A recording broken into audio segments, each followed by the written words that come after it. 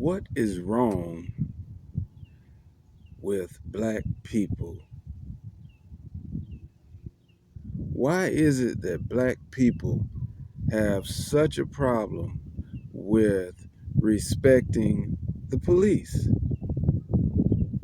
I don't understand it.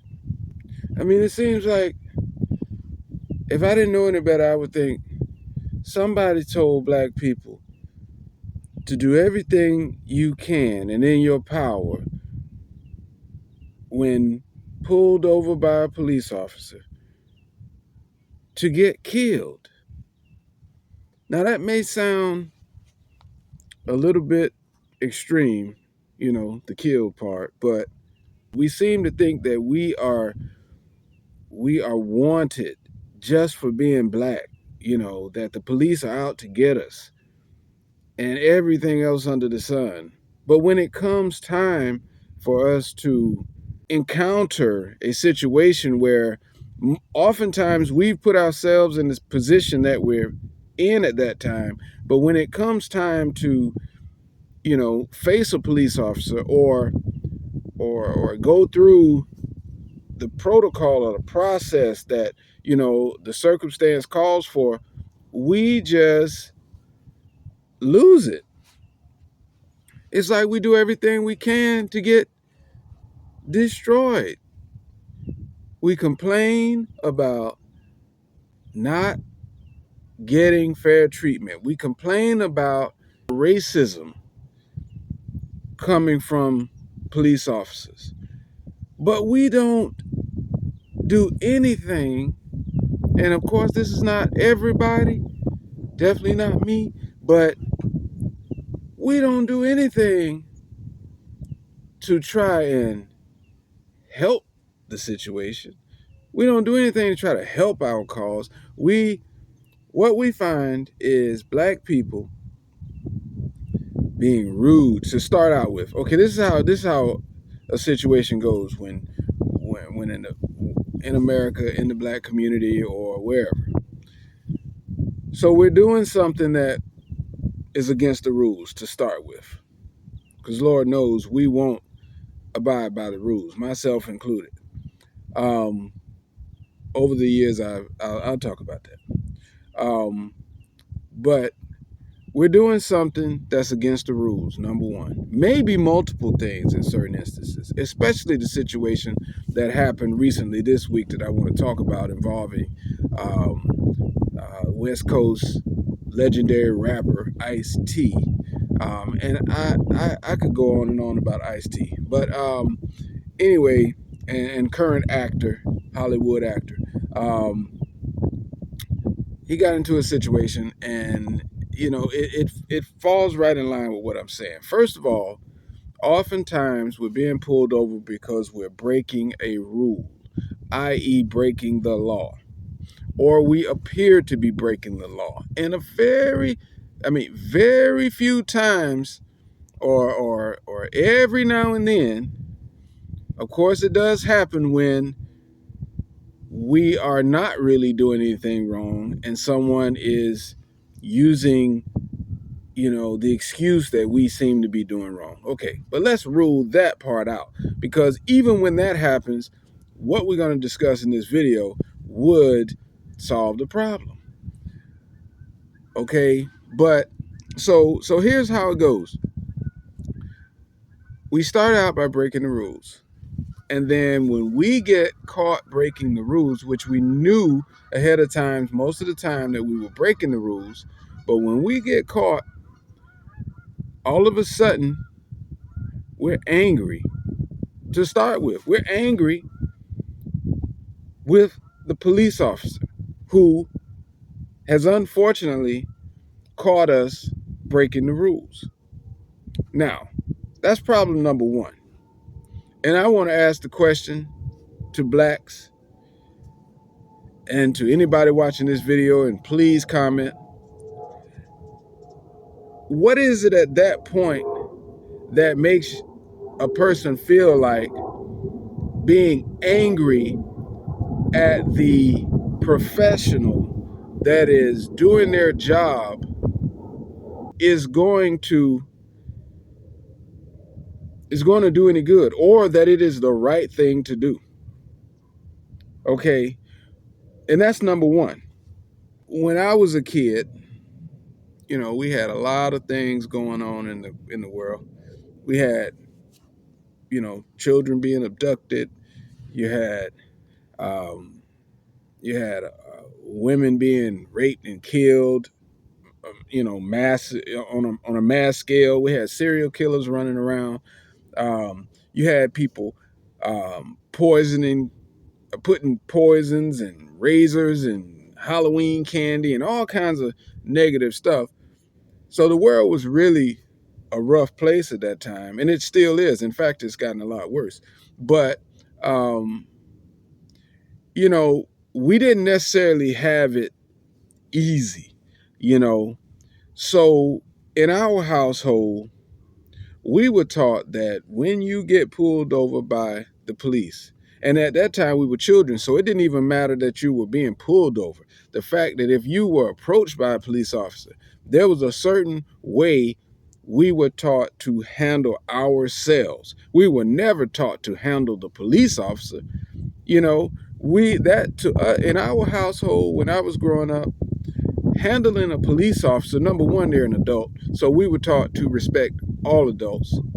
And we had a certain protocol to keep us out of trouble, so that when respecting adults could get us in trouble, we had a way to deal with that. So we were ultimately required and responsible for our actions when dealing with adults. But that carried over into learning valuable lessons as a man. That is how to respect authority. So we were first taught at home to respect authority. All right, by respecting adults, respecting your parents, respecting your teachers, respecting adults, period. Now, that caused us to respect people in general. So, as we matured, and even there were times when, as children, we were doing things we weren't supposed to do, and the police got involved, and we still respected the police. But there's so many different layers to this, I want to stay focused. So, basically, we were taught to respect authority, right? Now, I think that may be the answer to this question. In one household, you're having people being taught to respect authority, and then in the other household, you're having people not be taught to respect authority. Okay, so maybe the answer to this whole saga is respecting authority is the challenge that we must overcome and find a solution for when dealing with our kids, because it's too late once we become adults and now we're out here, having millions of dollars in our bank account and can't get pulled over for a tag light being out without getting, shot down by the local police department because you don't know how to talk to people and don't know how to work within the parameters of what's going on in the world. Okay. Police officers have a job to do, and we love when police officers do their job when it benefits us, i.e., somebody at home, um, you know, doing some harm to somebody we love, or somebody's breaking into someone's home, or there's a fight, somebody's um, being bullied or attacked or whatever the situation, drugs going on in your neighborhood and you're trying to put an end to it. We love when the cops do their job for us, but some kind of way in the Black community, we have a problem when the cops do their job to us. Okay, now problem number two. It seems like when we are breaking the rules, some kind of way we're trying to fix it in our brains that it should be okay for us to break the rules. And it makes no sense whatsoever. How is it that we somehow consistently, not everybody, but consistently in the Black community, we find that we tend to think it's okay for us to break the rules, and that other people, especially people in authority, should be okay with us breaking the rules. And I'm going to go back to my upbringing. We were raised very, I wouldn't say very strict, but in comparison to the opposition, we were raised very strict, meaning if it was against the rules, you did not get away with it. And the authorities in my household did not play. They were just, in fact, it was well known growing up that we would rather deal with the police than deal with our parents. We would rather deal with the police than deal with our parents, because when it came to doing what you were told to do, doing what you were taught to do, doing what you were expected to do, doing what brought honor to your family, and not doing what brought shame and dishonor to your family and embarrassment, it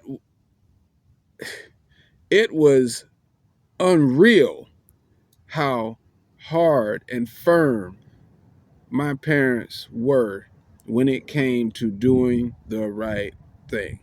Now, when I say my parents, my mother was the driving force in our household. Unfortunately, my biological father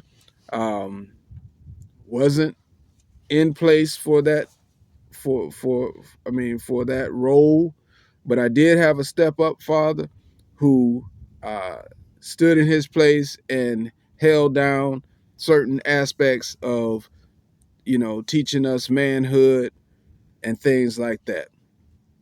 Um, there was a lot of dysfunction going on, but at the same time, when it came to being disciplined children and respecting authority and obeying rules, now again, we got away with some things. We did some things wrong, but here's the difference. And one thing my step up father always taught us was, when you're caught, and when you're caught, act like it. Don't be out here trying to don't be out here trying to act like, there's still some chance that you can get away with what you're doing when you're caught.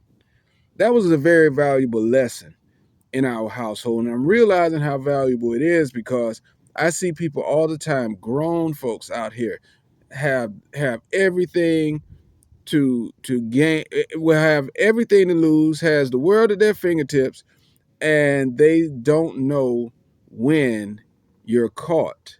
Number one, you accept that you're caught. Number two, the way you move when you're caught is you don't try to act like you weren't doing anything wrong. Okay? If you were man enough to do it, then be man enough to accept the fact that you got caught doing it. That was a very valuable lesson that we got taught at home. All right? And that came from having a father figure in the home. A lot of times, these people that are out here doing what it takes to get killed by the police in the black community, they don't have father figures in the home. Now, you could trace a lot of our issues back to slavery, but my issue with that is, if slavery caused our problems, how come freedom isn't causing our solutions? And I think that has something to do with what we're doing with our freedom and what we're choosing to do with our opportunities. All right. Main reason I made this video is because I feel like, number one, too many black people are filling up the prisons, and we like to, as black people in the black community, we like to complain that blacks are filling up the prisons and the prisons are so, interested in black people. And for the longest, even from a early adult point, and maybe, my later days of being a child, I often wondered, why do we give the prison system what they want? If that is what they want, to lock up black people, why do black people put themselves in position to be locked up. If you want to stop the prison system from locking up black people, then it's simple. Black people, stop doing what it takes to go to prison. Stop breaking the law.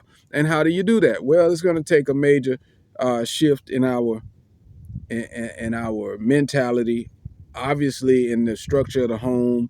And we're going to have some discussions about God in the black community, because we need some major help. Now, number 3, when we are in so-called custody, or we're being apprehended, or we're being approached by the police department because number 1, we're doing wrong. Number 2, we're caught.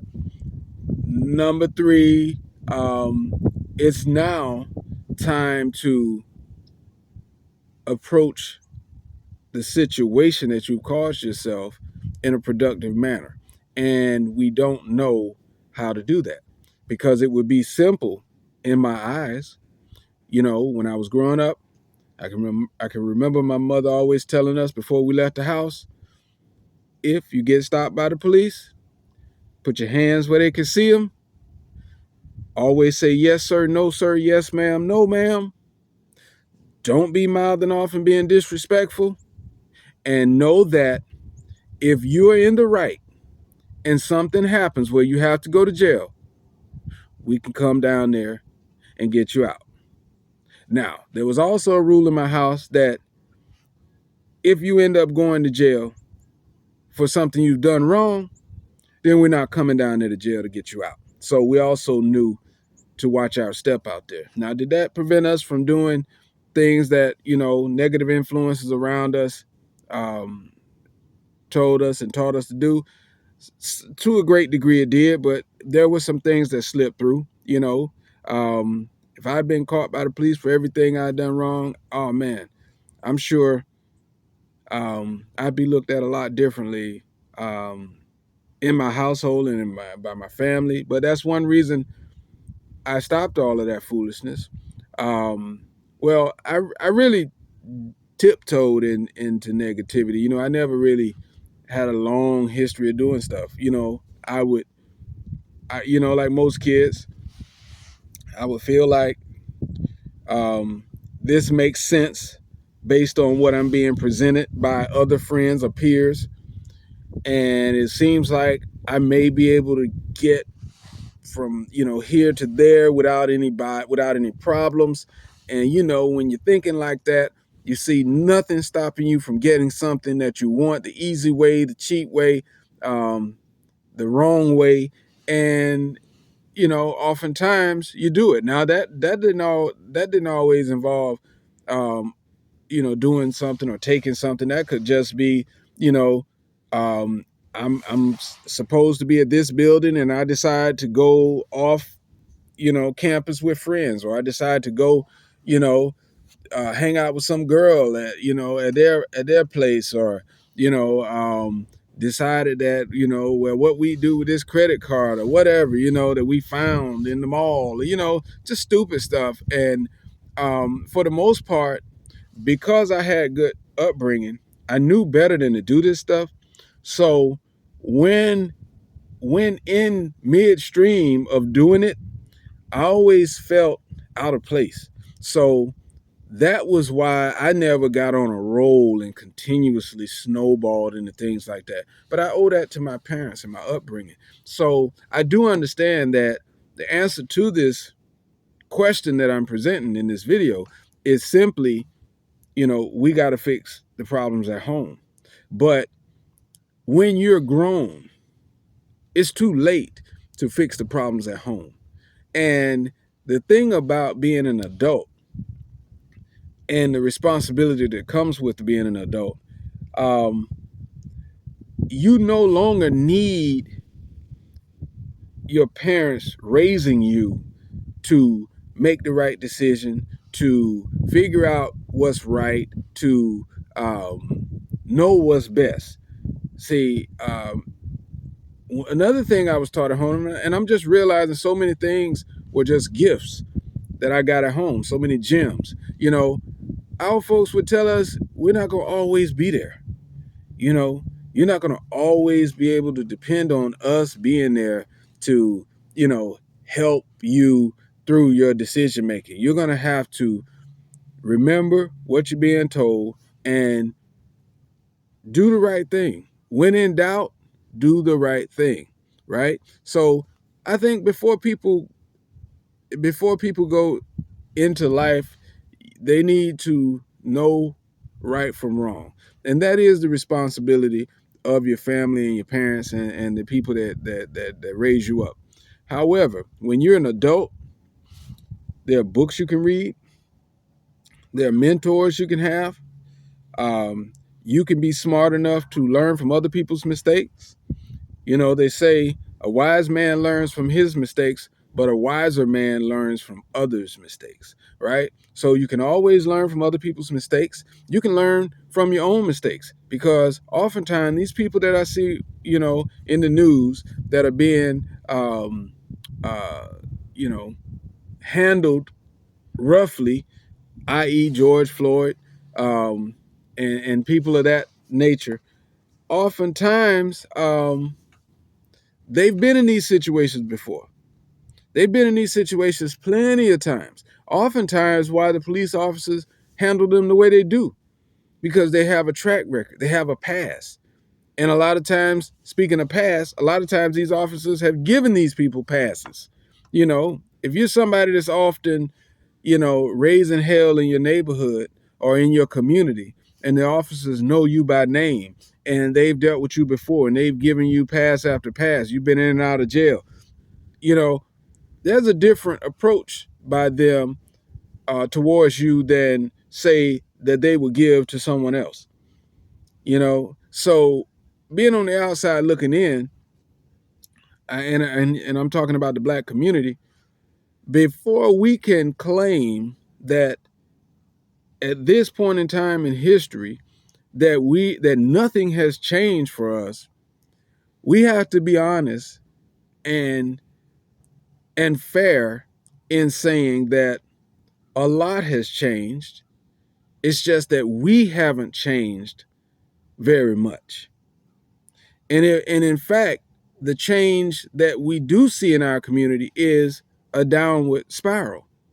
You know, we have every issue with a white police officer killing a Black person, but we have no issue with a Black person killing another Black person.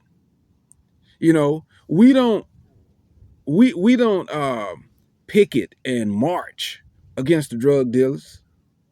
In fact, we want to pattern ourselves in the community after the drug dealers. We show them the ultimate respect. Our women love them. Our men want to beat them. And then when they kill our own, it's crickets. It's nothing. Nobody's raising the roof when another Black person kills one of their own. When there's a funeral of one of our own that's been killed by one of these, low down people that we worship and we love so much. And then at the funeral, people are being killed by other Black people. We don't ride in our community and show solidarity against bad guys, hoodlums and tough guys and people that carry guns and people that steal. We either get assaulted by these people, or we turn a blind eye towards these people, or we become these people, or worse, we procreate with these people and create a cycle of these people. And this is just the Black community. Now, don't get me wrong, this video is inspired by what has happened recently with one of our rappers, millionaire, driving with an expired license, driving with an expired registration. Now, don't get me wrong, I've probably done both at some point in life, but it was never because I had mega millions in the bank. It was often because, it was a choice. Do I fix the car, or do I get the registration on it and then it not be able to drive? Or do I pay the rent and keep the utilities on, or do I get the registration on the car?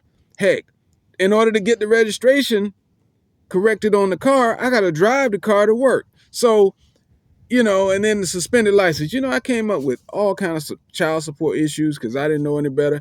I was, procreating and, out of wedlock and all of that there. And I wasn't man enough because even though I had a father figure in the home, I wasn't listening 100% and doing the things the way that I was being taught.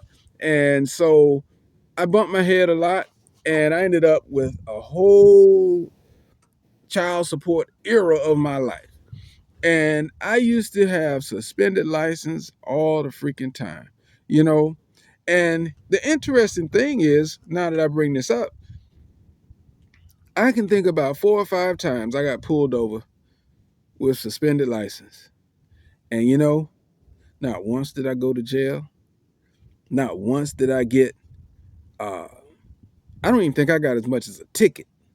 Okay. Not once did I get roughed up by the police. Not once did I get, you know, handcuffed or, you know, it was always, and there were times when when I was with my daughter on child support, getting, getting pulled over with knowing I had a suspended license, trying to keep all of these plates spinning at one time. And the police officer pulled me over, and I would call someone knowing that I'm about to get arrested. Okay. And I need somebody to come pick up my child. And I'm making all these preparations, while pulling over, you know, uh, um, for the police officer, only to show so much respect and to have been taught so well from home how to handle myself. Police officer, time and time again. Okay, Mr. Hilson, um, either I can't let you drive the car this way, or I'm gonna let you drive because I don't want you out here, with your daughter, and you're free to leave, but you need to get this straight.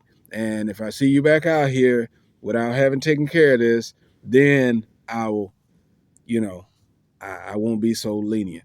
Okay, and I'm telling you, 1, 2, 3, 4, 5, at least 5 times, I was pulled over in the wrong and probably could have been arrested. And there were times when I was out here, um, you know, uh, just riding dirty, so to speak.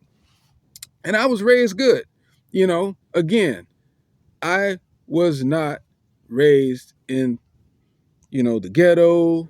I was raised kind of country. I was raised in a trailer, so we were sort of lower middle class, but we had everything we needed. And the main thing we had was good upbringing, and we had good advice, and we had discipline.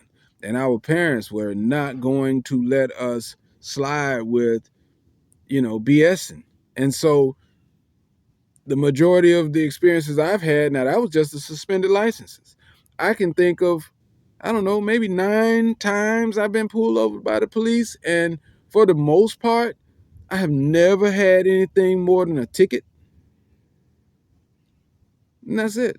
Even, um, even the one time I was really in some trouble in New Mexico, still, no problem. Everything worked out uh, just as smooth.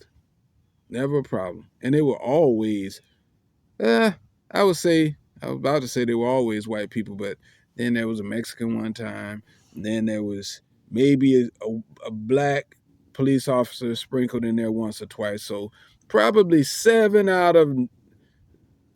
7 out of the 9 times I can recall off the top of my head being pulled over by police, they were white officers.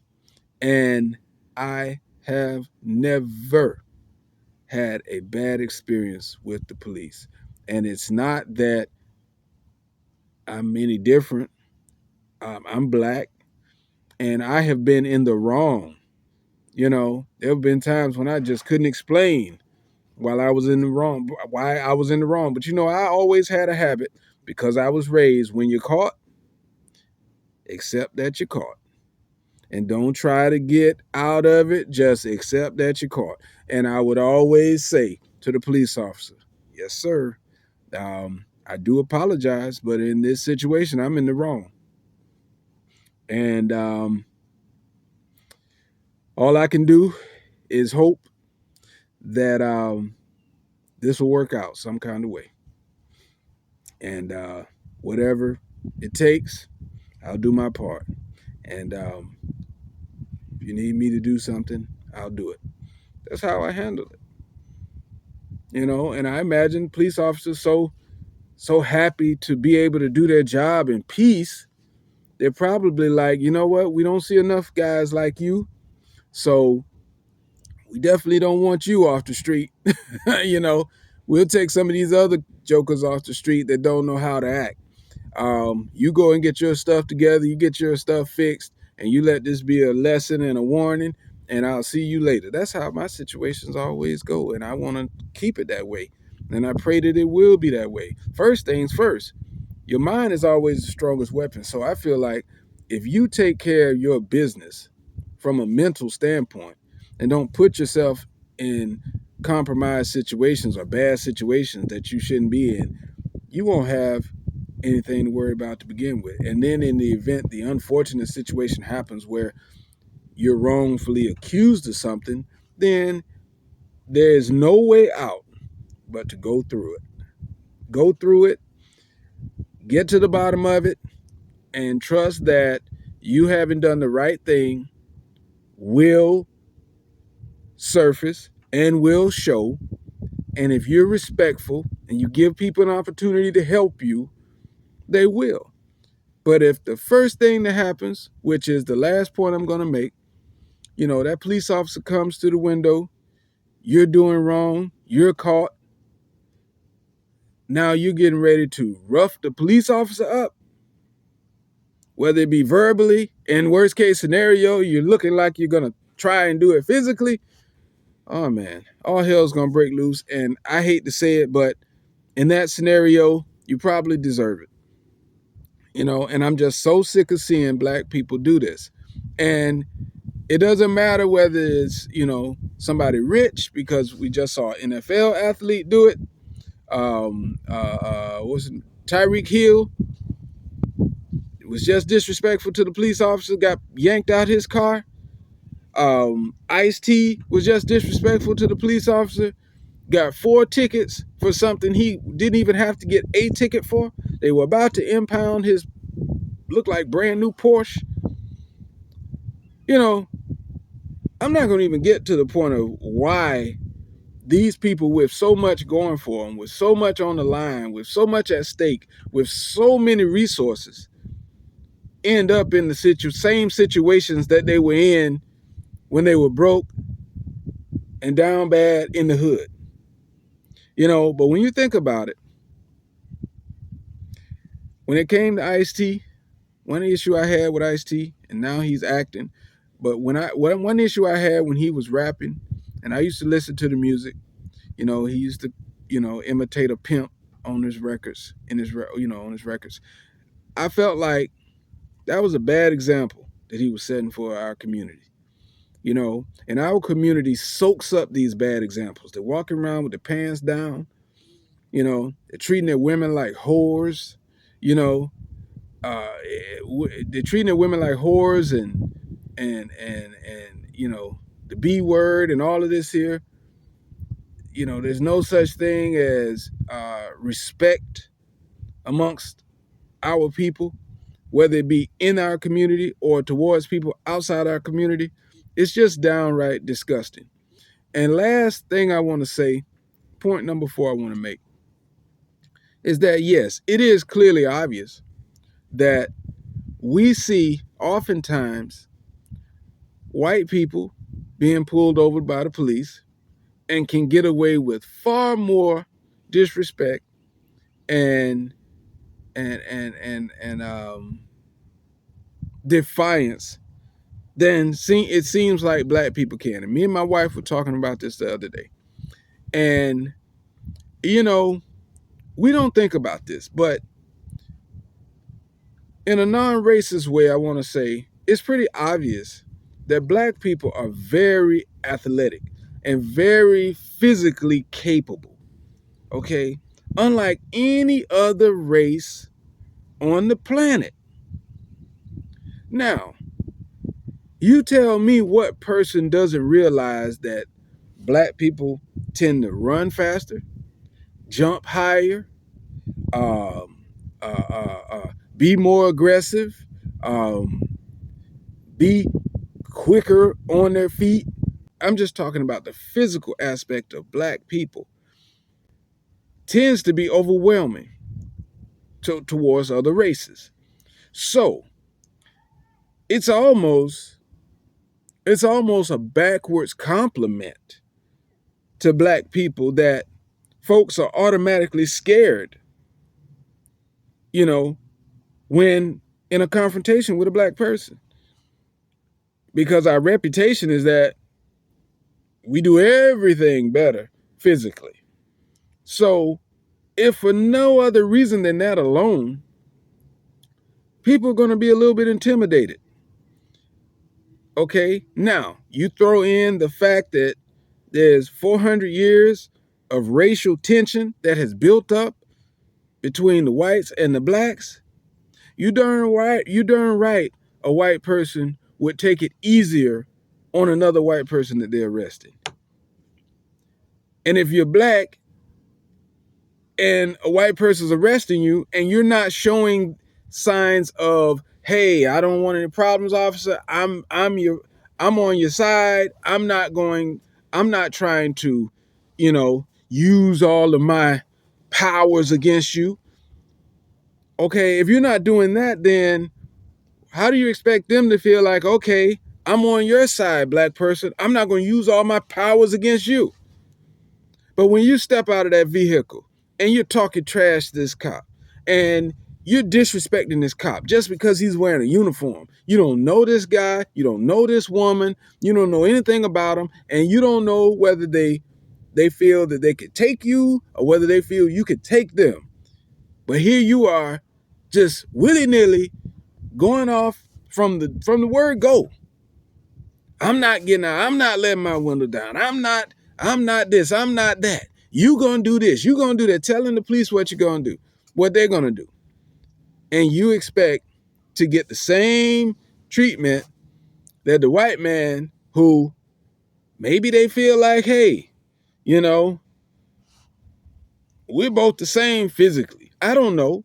And I'm being, like I said, not to be racist, but just to try and figure out the depths of where some of these problems are stemming from. I think you have to accept black people that, number one, people and animals tend to favor their own. They tend to take care of their own. They tend to provide for their own. Now, we're all in the human race. But like I said, 400 years of racial tension that has built up, it's there.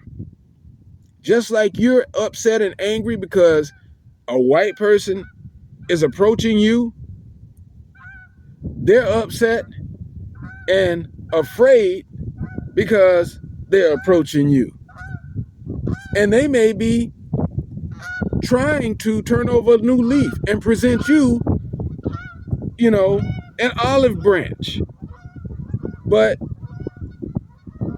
they come to the window and you're automatically just defiant, disrespectful, mad, rude, and everything else under the sun. But then we want to cry racism when somebody gets handled wrong or killed. Because I just watched the video of Ice-T, and he says to the cop, "Let me record your ass." And he goes in his pocket to pull out his phone. And he's walking up on the police officer. Now, technically, in the court of law, the police officer would have been able to gun him down and claim that he didn't know whether that was coming out of his pocket was a deadly weapon or what. He was walking up on him, and you heard what the police officer said. You know, he was walking up on me. When his sergeant came over there, or his superior came over there, he started trying to plead his case. Like, yeah, he was walking up on me. He was, he was saying all these things to me. He was cursing at me. It was a lot of things that happened in between that. But the only thing the cop pointed out was how you made him feel, what you did to him. He ain't said nothing about, what he did to you. So, what sense does it make to carry on like this? Black people, all people, need to respect authority. And when you're caught, know that you're caught. And don't try to act like you're not caught. And don't try to keep getting away with it once you know you're caught. And show some respect, and you might get some respect in return. All right? If you got anything out of this video, please like, share, and subscribe. Leave a comment on what you think about racism and police brutality. Because I don't think it's as much the problem of the police as the black community wants it to be. All right? See you on the next video. Peace.